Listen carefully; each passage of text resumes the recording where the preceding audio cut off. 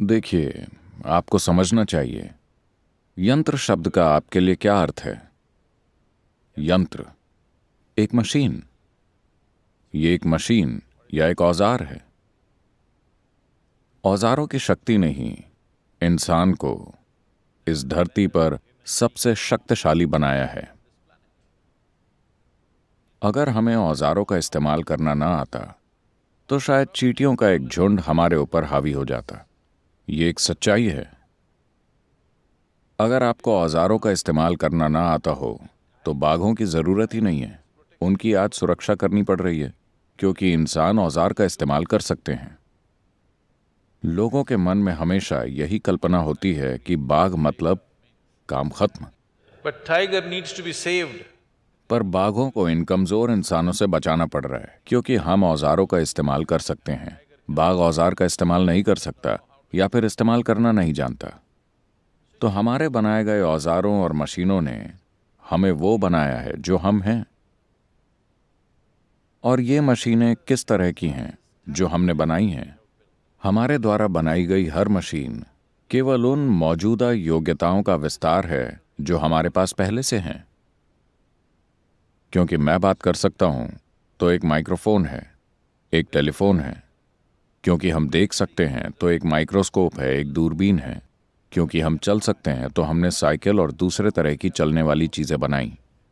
मान लीजिए हम पेड़ों की तरह बने होते, एक ही जगह जमे होते, तो क्या हम साइकिल बनाते? मैं पूछ रहा हूं।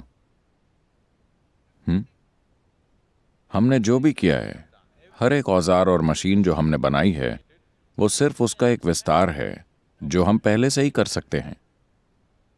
जो आप यहां से नहीं देख सकते वो आप दूरबीन के द्वारा देख सकते हैं, बहुत दूर तक। एक औजार के बिना आप ऐसा नहीं कर पाते। आप जिन देवी की बात कर रहे हैं उन्हें या ध्यान लिंग को जब मैं एक औजार कहता हूं तो देवी भक्त कहेंगे, सदगुरु ऐसा मत कहिए, देवी हमारी मां से भी बढ़कर है, आप उन्हें औजार नहीं कह सकते।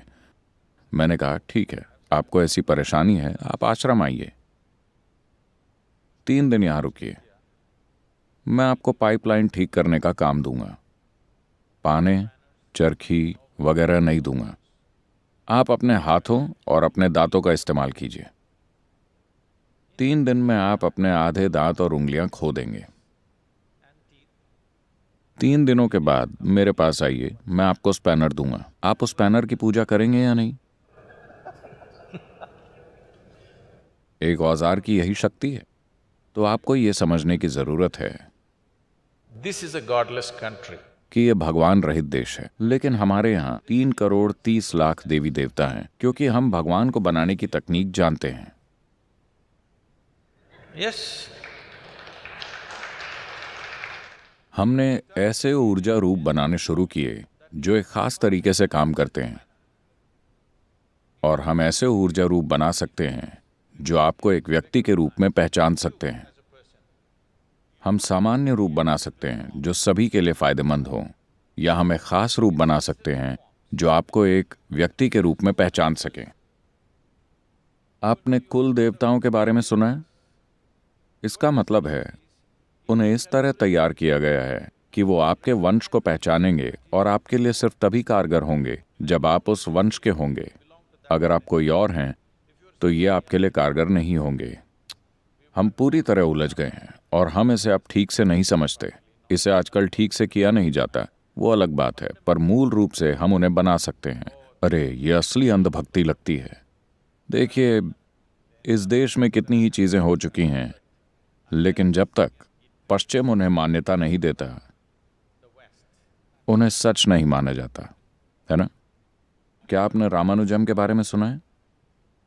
रामानुजम ने 100 साल से थोड़ा पहले गणित के सिद्धांत लिखे थे। कोई भी पता नहीं लगा सका कि वो क्या हैं। 2010 में उन्हें पता चला कि उनके द्वारा लिखे गए कुछ सिद्धांत ब्लैक होल्स के बारे में समझाते हैं। जब 1910 या 1908 में उन्होंने ये लिखे थे तो वैज्ञानिकों के बीच ब्लैक होल का कोई विचार ही नहीं था, पर उन्होंने ब्लैक होल पर सिद्धांत बनाया था। वो अपने बिस्तर पर बैठे थे, यहां तक कि उनकी मृत्युशैया पर भी उनसे सिर्फ गणित बाहर आती रही। लोगों ने पूछा, ये कहां से आ रहा है? उन्होंने कहा, मेरी देवी। मैं बस देवी से प्रार्थना करता हूं और ये ज्ञान मुझे मिलने लगता है। अगर इन देवताओं को ठीक से प्रतिष्ठित किया गया है, अगर जरूरी विज्ञान का इस्तेमाल किया गया है, तो ये अस्तित्व तक ले जाने वाली खिड़कियां हैं। आपको ये खास खिड़की खोल सकते हैं और विभिन्न आयामों में ब्रह्मांड तक पहुंच सकते हैं। तो जीवन के अलग अलग पहलुओं के लिए हमने अलग अलग तरह के औजार या मशीनें बनाई हैं। इसीलिए भारत में सभी देवताओं को यंत्र भी कहा जाता है। लेकिन फिर भक्ति आंदोलन आया। जब भक्ति आंदोलन आया, भक्त या डिवोटी विज्ञान की परवाह नहीं करते, उनकी भावना ही सब कुछ होती है। तो कोई भी जिसके पास पत्थर और छेनी थी, उसने जरूरी विज्ञान के बिना अपनी खुद की चीजें बनानी शुरू कर दी। इसीलिए भक्ति आंदोलन की वजह से सब बहुत अस्त व्यस्त हो गया, क्योंकि ये एक अलग तरह का आंदोलन था। वरना ये पूरी प्रक्रिया एक बहुत ही गहरा विज्ञान है। सिर्फ आप ही नहीं, हजारों लोग हैं जिनके घरों और कार्यालयों में अविघ्न यंत्र है। अगर आप उनकी कहानियां सुनेंगे तो आप विश्वास नहीं करेंगे जो चीजें उनके साथ हो रही हैं, क्योंकि ये एक शक्तिशाली उपकरण है। आपको बस इसका उपयोग करना सीखना है। उपयोग करना सीखने पर यह जबरदस्त तरीके से काम करेगा। सबसे अच्छी चीज आप ये कर सकते हैं कि आप खुद को वैसा बना लें, पर इसके लिए थोड़ा काम करना पड़ेगा। अगर आप काम करने को तैयार हैं तो हम आपकी प्राण प्रतिष्ठा कर सकते हैं। मैं आपको एक जीवित चलता फिरता मंदिर बना सकता हूं, अगर आप चाहें। एक जीवित इंसान की प्राण प्रतिष्ठा करना सबसे आसान है, लेकिन मनुष्यों के साथ समस्या ये है कि वो हर 2 मिनट में यू टर्न ले लेते हैं। इसलिए हम पत्थर और दूसरी चीजों को चुन रहे हैं जो आपसे ज्यादा भरोसेमंद है।